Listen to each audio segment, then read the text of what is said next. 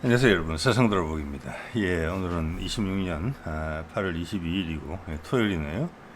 자, 오늘 두 가지 이야기를 가지고 늘 해오던 이야기를 한번 풀어보도록 하겠습니다.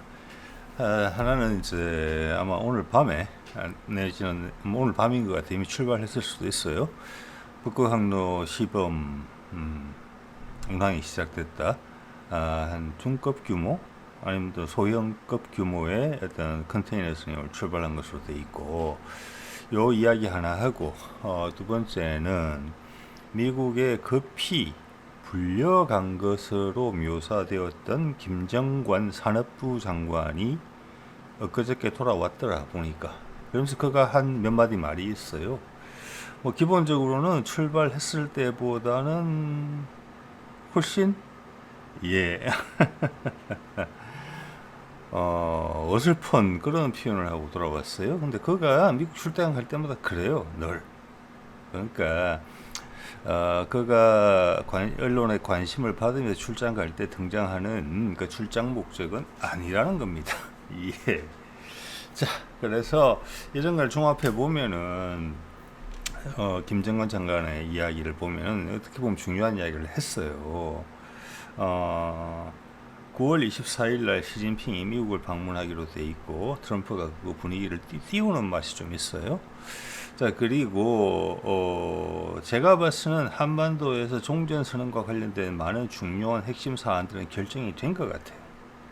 미리 이제 요약해서 말씀을 드려보자면, 그것이 9월달이나 10월달, 일단 10월달이 더 많이 될 가능성이 많고, 그것을 위한 빌드업이 필요한 거죠. 트럼프가 전화위복을 하기 위한. 그래서 그 시진핑도 서는 것이고, 들러리로 합의가 된 것이고, 변화되는 환경에 대해서. 그리고 푸틴 등장할 것이고, 뭐 여러 가지로 등장할 것이라고 봅니다. 자, 그런 부분하고 시기, 장소, 어떤 구색, 그 구색이라는 부분에서 북극항로가 상당히 중요하다. 분명히 어제 북극항로 출발과 관련된 엊그젠가요, 부산시장하고 요 선사는 어제도 말씀드린 것처럼 큰 선사가 갈 수가 없습니다. 왜냐하면 현재 러시아가 제재를 받고 있는 상황이기 때문에 국제적인 선사, 여러 나라를 운행하는 선사가 만약 북극항로에 투입이 된다 그러면 제재를 받을 수 있어요. 다른 데까지도. 그래서 소형 선사가 가는 거거든요. 근데 우리가 북극항로 시범 운항을 한다 그랬더니 중국이 급하게 따라 나오는 모양새가 있다. 우리보다 훨씬 더 본격화하려는 모양새가 있다. 이것은 뭐냐? 북극항로 열린다는 이야기예요. 자, 북극항로가 열리기 위해서는 두 가지 전제 조건이 필요합니다. 일단 러시아와의 화해가 필요한 것이고, 그래야지 다른 선사들도 오지요. 제재 안 받고. 두 번째는 북한과의 동해를 지나가기 때문에 북한과의 긴장 관계가 해소돼야 돼요. 중국이 따라 나선다? 왕이가 그때 다녀갔죠. 그때 최종적으로 판단이 됐다고 봅니다. 왕이 다녀가고 거기에 대해서 언론이 전곡을 찌르지 못했어요. 우리도 전곡을 찌르는 발언을 안 했어요. 주요 내용을 발표를 안 했어요. 그러다가 트럼프가 시진핑이 온다고 이렇게 홍보를 하게 되는 것이죠. 그 와중에 걸쳐서 4일간의 기간 동안 김정관 산자부 장관이 미국을 다녀옵니다. 이게 다 얽혀 있다. 그리고 북한과 러시아는 일본을 향해서 미사일을 쏴댔다. 우리는 애써 회피한다. 보통 같았으면 탄착제, 어제인가 그젠가 쏜 거는 10발이나 쐈어요. 동해로. 네. 그러면 탄착점도 나오고 어디로 갔는지 분석을 해야 되는데 그런 게 전혀 없다. 이런 막 국방부에, 제가 봐서 국방부에 논평도 없다. 게다가 푸틴이 쿠릴 열도를 사상 처음 방문한 것도 모질라서 거기서 핵 잠수함까지 동원한 미사일 발사 시험을 했다. 300km짜리 목표물을 마치는. 자, 이것은 8.15에서 이재명이 북한에 대해서 북미 종전 논의를 시작하자고 이야기한 것 자체가 13일이나 14일 날 북한으로부터 기별이 왔다라는 것을 알 수 있어요. 그것은 러시아와의 합의하에. 즉 7월 18일 최선희 북한 외상이 러시아를 방문해서 푸틴과 이야기를 나눈 다음에 큰 진전이 있었죠. 그다음 제 추정컨대는 남북 간에 지금 남북 간에 해결해야 될 게 상당히 많아졌단 말이에요. 바뀐 환경이 다른 걸 요구하고 있기 때문에 한반도의 대표적인 게 북극 항로죠. 이게 문재인이 이야기할 때는 북극 항로가 그렇게 눈앞에 딱 닥친 그런 사안은 아니었단 말이에요. 그래서 남북 그때 이제 7월 18일 북미 간의 것은 다 거의 해소됐다. 그리고 이미 중국이 들어와 있으니까 이 상황에 그 다음 이재명이 남아메리카 갔다가 남미 갔다가 돌아오는 길에 독일에 들렀다. 자, 그런 과정에서 한반도권에 대한 담판이 있었고 우리 것을 제시를 했고 북한은 그것을 들었고 그것에 대한 최종적인 수용이 8월 13일, 14일 정도 이루어진 게 아닌가 이런 생각이 들어요. 그래서 15일 날 광복절을 맞아서 이재명이 제안하는 형태로 된 것인데 제가 그렇게 보는 가장 큰 이유는 김정관이 바로 8월 16일 날 미국으로 날아갔거든요. 미국도 우리한테 통보받은 거고 그 다음 준비에 급하게 들어가야 된다는 걸 의미해요. 이것은 투자죠. 북한에 대한. 예. 자, 그리고 이것이 대충 결정됐다. 이제 주요 사안들이 좀 전에 말씀드린 것처럼 그러면은 지금 한 달여 이상, 한 달 정도 남은 걸로 봐지거든요. 일단 그때부터는 제가 봐서는 10월 달일 가능성이 높고 시진핑 이후 만남 이후에 근데 그 10월 달 9월 달 들어가면 빌드업이 엄청나게 될 것으로 보입니다. 과거에 전 세계적으로 중요한 해외 토픽은 전부 다 사라질 정도로. 네, 그게 김정관이 하고 온 일이라고 봅니다. 자, 그래서 일단 긴장을 계속 유지시켜야 되고 금값은 오르고 미국 채권 금리도 올라요. 그리고 미국이 지금 다국화 시대로 가면서 전혀 많은 나라들이 지금 신경을 써주고 있는 거잖아요. 여기서 미국이 해야 될 일은 뭐냐면 본인 스스로를 단속하는 겁니다. 무분별하게 지금처럼 내가 죽으면 너희들도 같이 죽는다. 그러면서 돈 무조건 찍어내는 거. 이게 끝났다는 겁니다. 거기에 대해서 내 스스로를 조절하고 내 스스로를 컨트롤하는 힘을 보여줘야 돼요. 그게 금리 인상이거든요. 지금 그 신호는 반드시 필요해요. 그러면 또 불안해지잖아요. 전 세계 금융시장이. 미국이 전 세계 무역에서 차지하는 비중이 모르겠습니다. 한 20% 정도 될는지. 그렇지만 그들이 금융에서 차지하는 비중은 그것보다 훨씬 높아요. 미국이 망하면 세상이 망하는 겁니다. 예. 자, 그래서 미국 금리 인상 이야기가 솔솔 나오는 것은 본격적으로 올라탔다. 그것이 금리 인상의 소문만 갖고도 지금 전 세계 금융권이 출렁인단 말이에요. 자, 그러니까 다 결정해 놓은 상태로 다시 호르무즈 해협을 건드리면서 다른 이슈를 계속 부각시키면서 긴장감을 고조하는 그런 모양새가 보인다. 그렇지만 이란과 더 이상 전쟁한다는 이야기는 안 한다. 이런 게 이제 일단 오늘 슬라이드 없이 길로만 먼저 말씀을 드렸는데, 자, 해볼게요. 자, 북극 항로 드디어 출항. 유럽 백길 7,000km 줄인다. 이게 오늘 밤에 출항한다고 되어 있는 것이고, 이게 이제 중국도 올라탔다. 중국이 훨씬 본격화한다. 예, 이거에 대한 큰 결정이 한국을 통해서 이루어진다는 겁니다. 그 눈치를 보고 중국도 같이 올라타는 거예요. 일본은 엄두를 못 내죠. 자, 이게 큰 신호가 있다는 거죠. 네. 자, 이 그림을 이런 식으로 이제 그려보면 여러분들 많이 이제 보신 그림이죠. 우리나라에서 출발하는 겁니다. 이거 왕복하는 걸 다 보여줬어요. 우리 이제 오늘 밤에 출발해가지고 북극해 지나서 영국에 먼저 들르고 그 다음 네덜란드, 그 다음 폴란드까지 가서 거기서 다시 돌아온다. 왕복 45일이다. 이렇게 보는 거하고 요거는 우리의 관심사에서 보는 거예요. 근데 여기는 미국도 큰 이권이 걸려 있어요. 예, 이 사진 보시면 전혀 느낌이 달라지실 겁니다. 자, 이거 제가 위키피디아, 영문은 위키피디아에서 가져온 거거든요. 북극 상공에서 본 거예요. 자, 이렇게 보면은 지금 오른쪽으로 점선으로 처리된 부분이 지금 우리 북극 항로 시범 운항 경로예요. 저 위에 화살표가 갈라지는데 오른쪽으로 캄차카 반도 쪽으로 내려가는 게 우리 부산항으로 가는 거거든요. 여기 보면은 왼쪽으로 가는 게 있어요. 저거는 캘리포니아 쪽으로 내려가는 거예요. 그리고 캐나다 북부를 거쳐서 미국 동해안까지도 바로 갈 수 있어요. 자, 지금은 가려면 미국 서해안에서 동해안을 왔다 갔다 하려면 파나마 운하로 가야 돼요. 파나마 운하로. 그런 것이 필요가 없어진다, 이제는.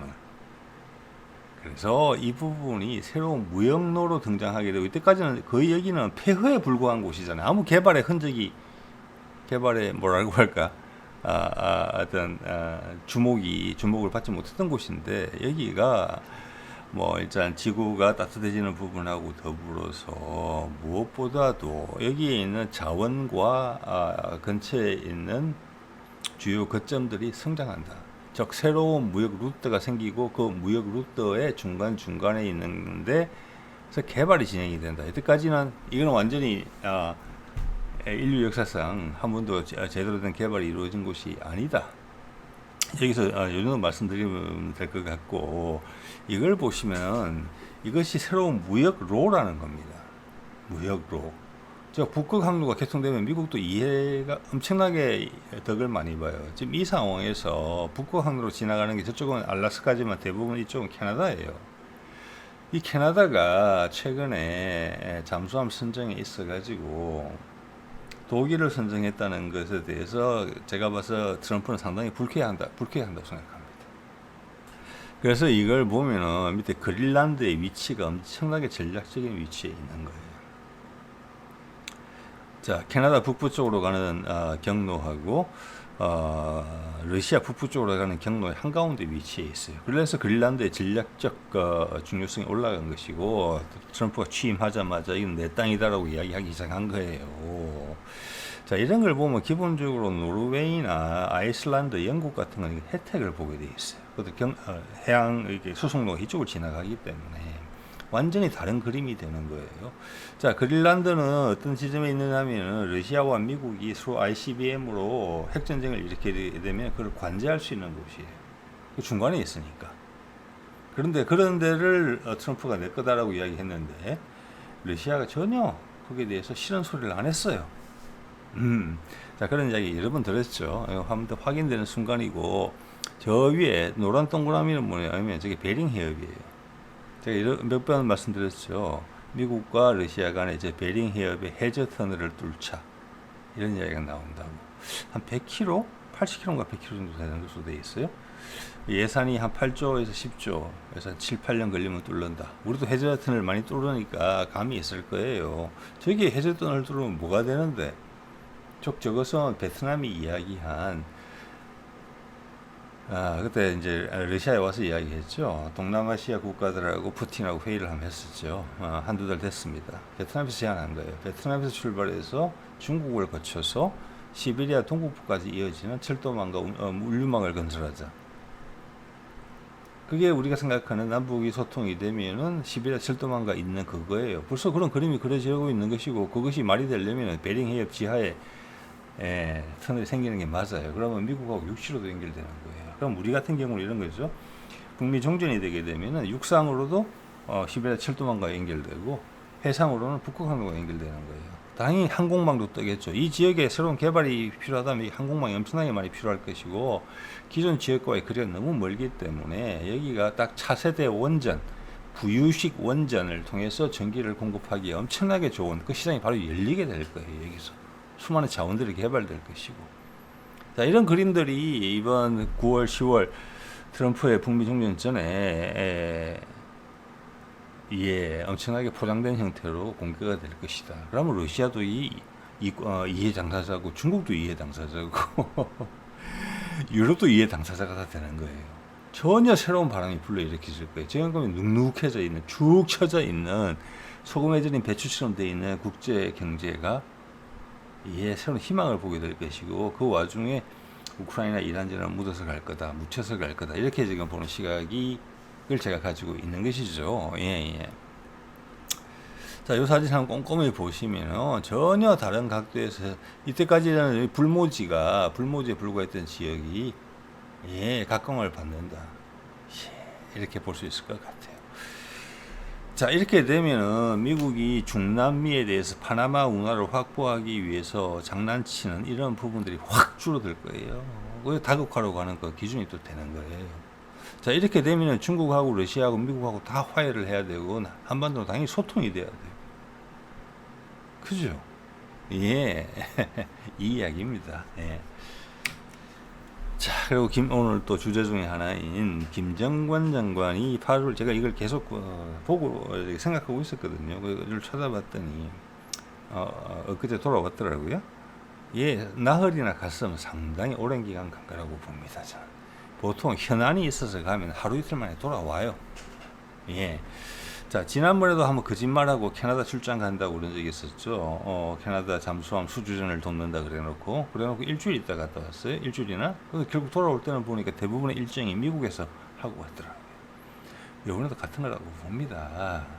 그거 한 말을 볼까요? 이번에는 이제 완전히 거짓말은 안 하고 어떤 이야기를 했어요. 투자 관세 압박 속 지금 트럼프가 그리는 그림, 제가 좀 전에 그중 일면이라고 보이는 부분에 대해서 말씀을 드렸는데, 이때까지는 다 이렇게 뭐라고 할까, 헛바람 잡는 거잖아요. 헛바람 잡는 것 중에 관세와 투자가 있었단 말이에요. 그 이제는 진면목이 등장하게 되면 이건 벌써 뭐 언제적 이야기야, 기억도 못하게 될 겁니다. 그렇죠. 좀 전에 보신 그 북극 항로 주변만 하더라도 저기 벌어지는 투자가 달러로 투자된다고 생각해 보세요, 여러분. 미국은 이제 돈놀이 한 수밖에 없거든요. 돈놀이. 달러의 가치를 지키면서. 자, 그래서 이건 당연히 그것과 상관이 있는 내용이고, 급히 간 이유는 아까 말씀드린 대로 8월 13일이나 14일 하여튼 그 언저리에 우리가 북한으로부터 최종 통보를 받았다. 합의가 완료됐다. 거기에 대해서 미국이 통보를 받았다. 미국은 엄청나게 반기면서 그 다음 북한 투자 부분에 대해서 논의를 하기 위해서 한 번 더 불렀다. 이거는 계속 만져져 왔던 거거든요. 옛날에 김민석이 또 상당히 오랜 기간 동안 국무총리 시절에 간 적이 있었습니다. 자, 그거에 대해서 좀 더 세부 조율을 했다라고 봅니다. 나흘 동안에 걸쳐서. 당연히 김정은 혼자 안 갔을 거예요. 그러면서 요번에 이제 제가 사각형으로 친 부분에 있어서 의미 있는 이야기가 나왔어요. 제가 생각하기에는 여러분 한번 생각해 보세요. 대미 투자 1호, 이게 지금 언론의 관심사죠. 언제 할 건데 너 계속 우리한테 거짓말만 치고 예? 계속 미루고 있다. 이러다가 일부 이제 미국 언론에서는 그러다가 안보에 지장도 받는다. 미국이 발 뺄 수 있어. 너를 안 지켜줄 수 있어. 그 말이 안 되는 소리긴 한데. 자, 그런 그 대미 투자 1호 투자처가 이르면 다음 달 공개 예상. 자, 이게 그림을 그려주는 거예요. 김 장관이 이야기하기를 한미 양국 간 투자처 공개 시점에 공감대가 형성됐다. 예, 제가 말씀드린 맥락으로 이야기를 나눴다고 보고, 다음 달 공개가 됐는데 다음 달에 그러면 북미 종전을 하느냐? 그거는 아니라고 봅니다. 이건 빌드업 과정에서 나온 거고, 그 과정에서 시진핑을 만날 때 이미 많은 대선의 결정이 돼 있다. 모르겠습니다. 9월 달일 수도 있어요. 그런데 이게 의미심장하거든요. 다음 달 공개 예상. 깜짝 놀랄 것이다. 이런 이야기로 해석이 돼요. 저는 공개 시점에 공감대. 자, 다음 달이 중요하다는 거죠. 다음 달 말에 9월 24일 시진핑이 방미를 하게 되겠어요. 중국도 무슨 큰 걸 터뜨릴 가능성이 있고, 러시아도 큰 걸 터뜨릴 가능성이 있어요. 인도도 큰 걸 터뜨릴 가능성이 있어요. 이스라엘도 가자 쪽에서 큰 걸 터뜨릴 가능성이 있어요. 어떤 그림이 될지 모르겠어요. 어쨌거나 결론이 다음 달에 나거나 아니면 10월 달에 가거나, 그러니까 9월 달에 빌드업 과정이거나 간에 이것은 한 달여 간에 빌드업이 이루어진다. 그렇게 보는 게 맞을 것 같아요. 제가 봐서는. 네. 그리고 제 추측한데는 그런 이제 아주 우호적인 분위기 속에서 시진핑과 트럼프가 만난 다음에 같이 북한권을 한다. 약간 이런 그림이 적절치는 않은가 싶은데 그건 제 추정입니다. 여러분 생각해 보시기 바랍니다. 네. 자, 김정관 장관이 출국할 때 이런 게 이제 조선일보 보도를 보면 이런 게 내용이 나와 있죠. 김정관 산업 미출국, 대미 투자 관세 현안 긴급 협의. 현안에 대해서 긴급 협의를 했는데 미국이 참아준 거다. 또 김정관의 말을 빌리자면 그런 거죠. 근데 그렇게 해석하는 것보다는 전혀 다른 목적으로 갔다. 시진핑의 방북, 북미 종전과 관련된 그런 부분들. 즉 이재명이 제안한 북미 종전 논의의 핵심 내용에 대한 구체적 사안, 투자를 이야기하고 왔다. 11월 3일 중간선거 전에 국제 감각이 상당히 무딘 미국 사람들도 그들이 보기에 이건 대박이다 정도의 구체적이고 손에 잡히는 돈벌이 이야기가 나와야 된다는 거죠. 그 이야기를 하고 왔다고 이제 보는 것이죠.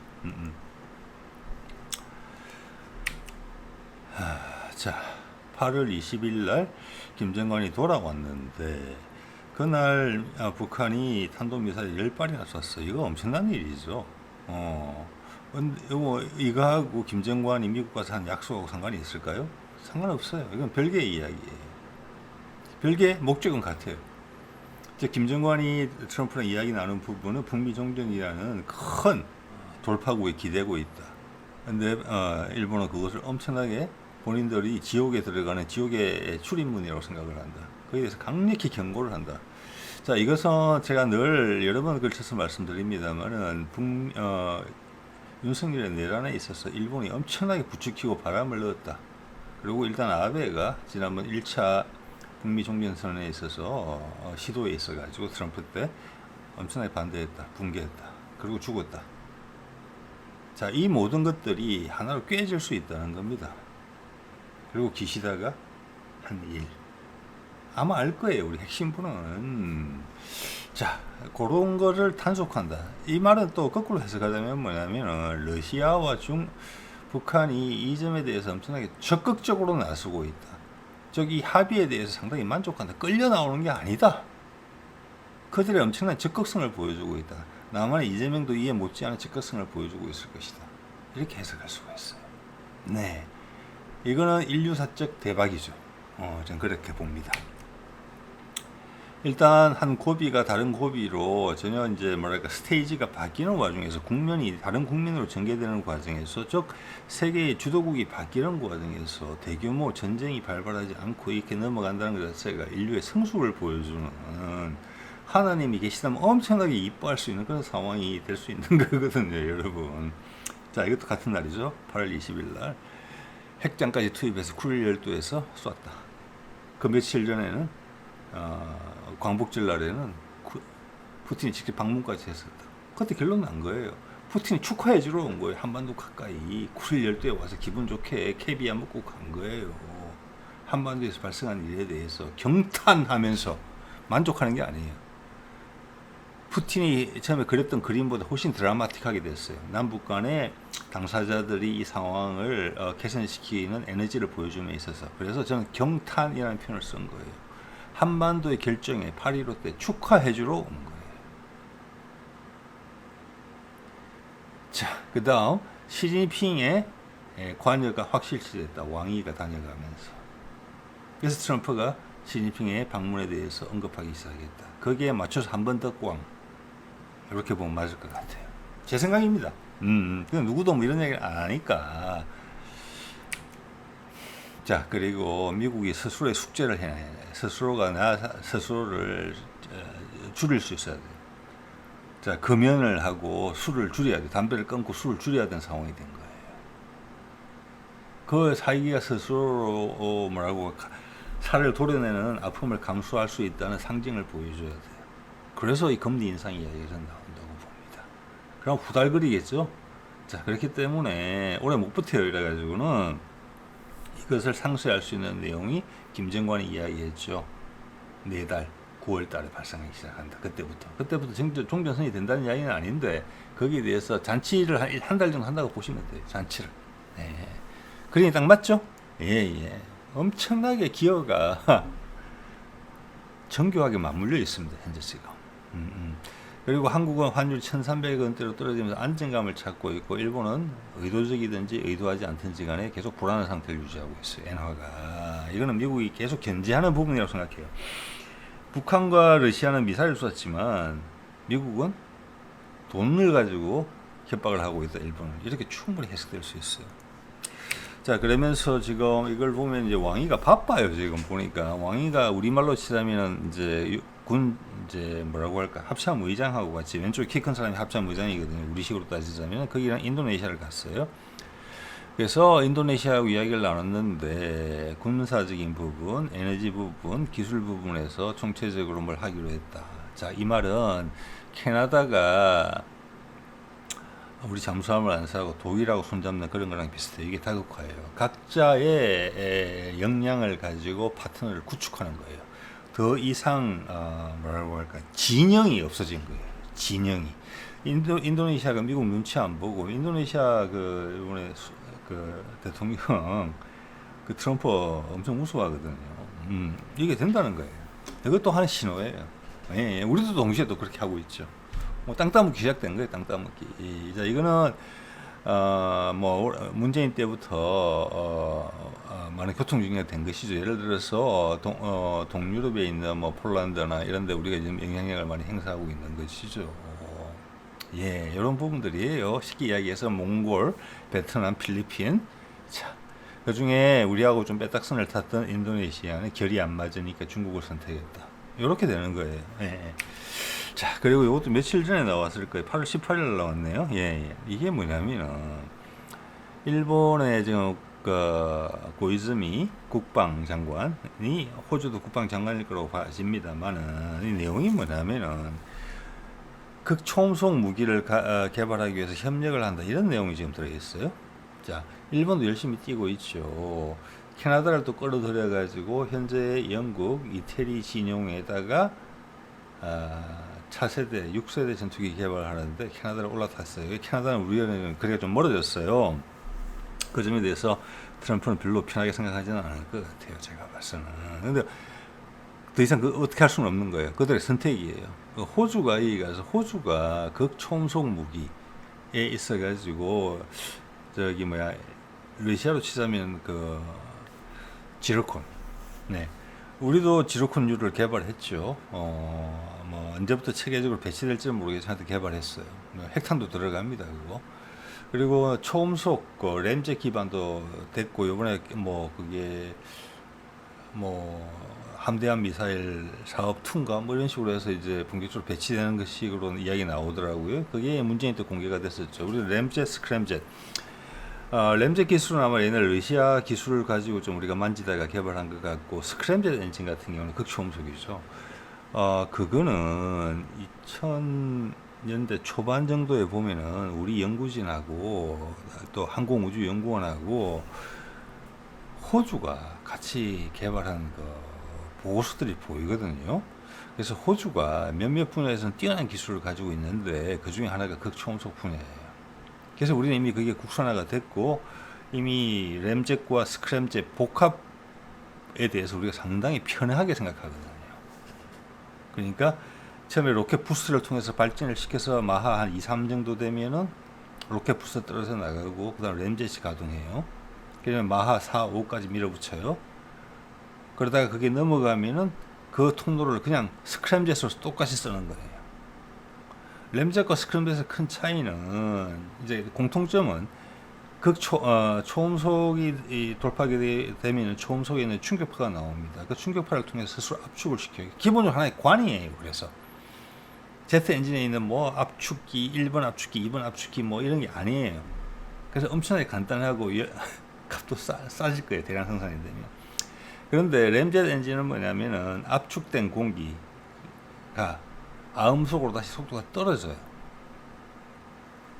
거기에 연료를 분사해서 마하 3, 4까지 가는 거예요. 근데 스크램젯 엔진은 뭐냐?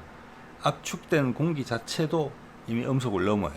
거기다가 연료를 분사해서 다시 폭발해요. 그래서 이론상으로는 마하 10 이상까지 넘어가는 거거든요. 그걸 우리는 하나로 지금 우리 군대 연구기관 쪽에서 나오는 걸 보면은 램젯, 스크램젯 복합 엔진이에요. 이거를 우리가 이미 쓰고 있거든요. 지금 호주하고 뉴질랜드가 한 패키지라고 봤을 때 이 사람들은 지금 상당히 애매해요. 유럽은 죽었단 말이에요. 미국은 밀려나고 있는데 이쪽에는 손을 잡아야 되는데 중국은 아니거든요. 이들이 봤을 때 중국일 수도 있어요. 그래서 지금은 중국 쪽에서 손을 뻗치고 한국 쪽에서 손을 뻗치고 일본 쪽에서 손을 뻗친다. 혼자서는 못 쓰니까. 그래서 요거는 호주 같은 건 좀 열려 있다. 왜냐면 호주가 내부에 되게 황량한 땅이 엄청나게 큰 땅이잖아요. 대륙이잖아요. 거기에 신재생 에너지로서의 가능성이 상당히 높은 곳이에요. 태양력이나 풍력으로서. 그럼 결국 이건 나중에 수소로 전환이 될 거거든요. 그래서 큰 산유국이 될 수 있는 여지가 있기 때문에 거기에 대해서 이 사람들이 레버리지가 좀 있어요.